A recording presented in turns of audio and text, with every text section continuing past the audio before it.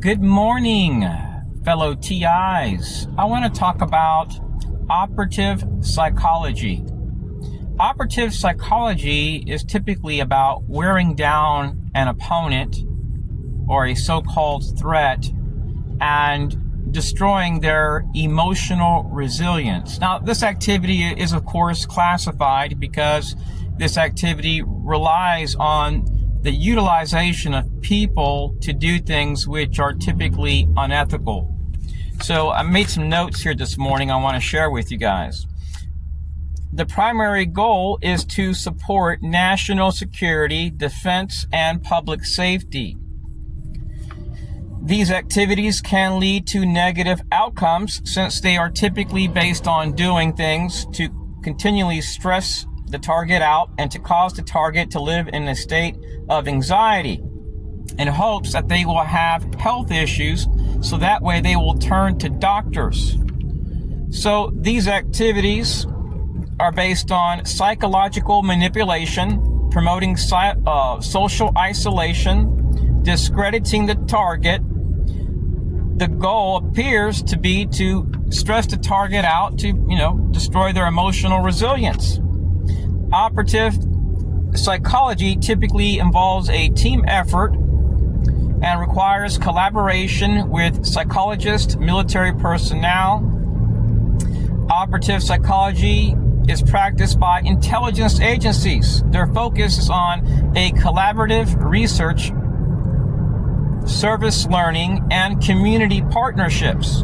And they are also guidelines when regular citizens are utilized through the corporate sector. But let's face it, there's going to be a bunch of people which are going to not go by those rules because they're trying to get more funding.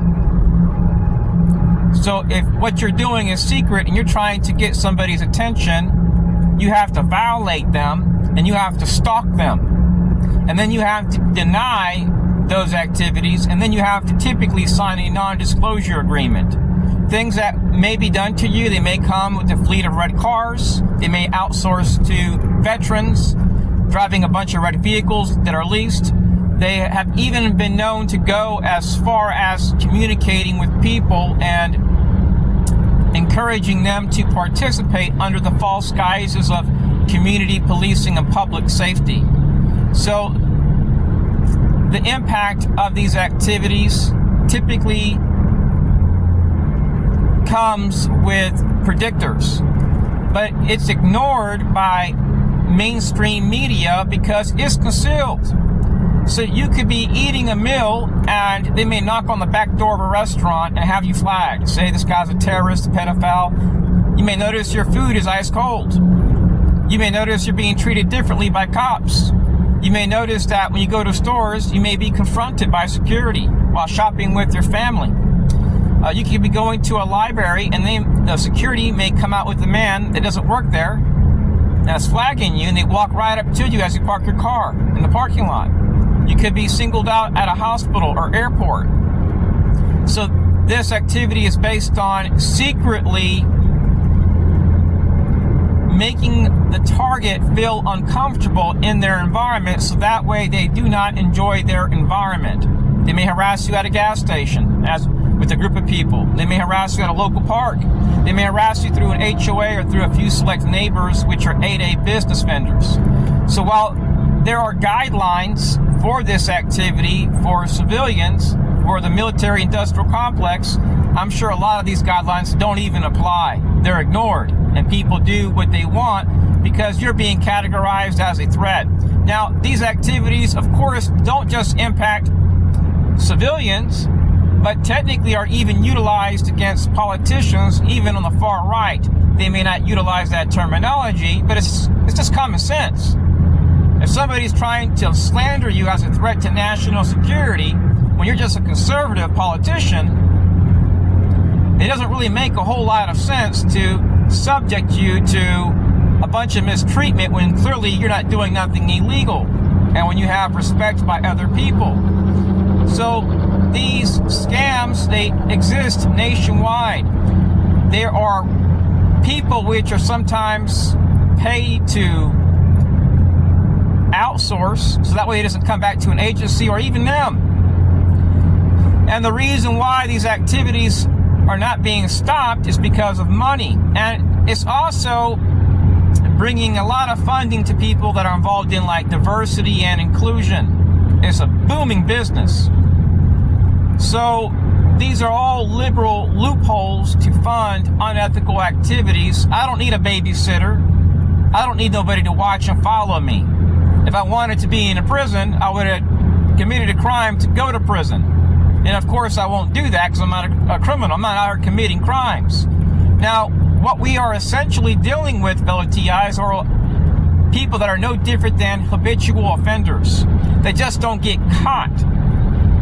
So they have immunity, and these are people that are trained to do things to bypass the law. So they know what they're doing, but they're able to bypass the law. So what could happen to you is that you may experience substandard medical treatment. I have videos here in Florida where I go to a gastrologist. I drive from Orlando, Florida to Mount Dora, Florida. And this guy just walks in. He doesn't sign in like everybody else did. And for 3 hours, he just sat there staring at me. The exact moment my name was called, he whistles and he walks right out the place. I have his tag.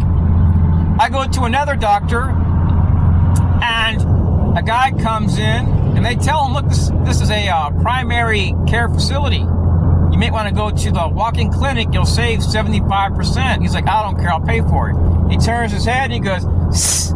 When I go to my car, he has all these Christian bumper stickers all over his car. He's wearing the same exact pair of shoes that I am wearing. Was wearing that day. And that pair of shoes was made 7 years ago. The ones I have are like, they're in mint condition. So it seemed kind of unusual. You really don't see people wearing this type of shoe. And he was wearing all blue. And at that time, I was complaining about being harassed by a group that wears all blue. And some of their partners drive vehicles with the U.S. government tag. And I was being harassed upon entering and exiting the place where I live. And I was being followed around by vets. One which I seen outside a gas station while the police chief of the town where I live at was behind me. I'm not saying he didn't say anything to me, he didn't harass me, but it made me wonder, are they partners? Do these veteran groups have partnerships where they do things so that way they can be noticed? Things you may experience is foot patrols around where you live at. They may park in your driveway, and then once you exit, they leave. They may park on your grass, so that way when you come home, you see a car with one headlight. They want to sensitize the target and drive the target to insanity. Supposedly, these activities are done to stop crime and terrorism and promote national security, but from what I'm seeing, everything related to these activities, if it's used for bad, has been linked to the same things that our national security is supposed to be preventing. I went to an oncologist, and what was really weird was when I parked my car, I went into the waiting room, and I noticed right behind me was a car with two women in it. Didn't think nothing of it. They don't work there. And when I go to the doctor's office, I noticed these two women are on each side of the door, just listening in. There was a little crack on the door, and I could see them. And the exact moment I walk out, they both look at me with a serious face. And prior to this, I went to my primary doctor, and he had denied me any exam. And he just gave me some cream, which is actually harmful to my health. I can't take it with my condition. I thought he would know better than that. So, and then I told him, look, my insurance won't cover that. There's other ones that are generic. Can you give me that? And what's really weird is that I asked for my paperwork, a medical diagnosis, and I was charged, they were going to charge me $30 for 2 pieces of paper. Really weird. So, I go to a doctor. Prior to that, I went to another doctor, a dermatologist, no exam. I went 2 times, never received an exam. And I had them all over my body. And prior to this, a man and a woman had walked in there wearing a suit and wearing shades, and they're pointing right at me. And then I see the staff looking at me concerned.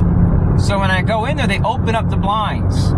versus closing them like all the other rooms, and I received no help. So I go to another doctor after that. I forgot to mention this. It was like one of these urgent care places, and I was hyperventilating. I was getting hives really bad, and the lady was like, "How can I help you?" But like in a rude way. I'm like, "Well, I'm here for my hives." And then she's like, "Well, what can I do for you?" I'm like, "What doctors do: give medicine or cream, something, an injection, whatever, to help with these hives." And the assistant had told me, and I heard it. Somebody had knocked on the back door, and she said, "Look, I don't know what was said about you, but it was concerning you." So when I go to my car, there is a car that is reversed next to my vehicle, and it has the CIA logo, and it says CIA. I've shared this in a video in the past with other TIs. I just found it also strange. And in Texas, I made videos where I had to go to the police, and even my doctor came with me to the police department.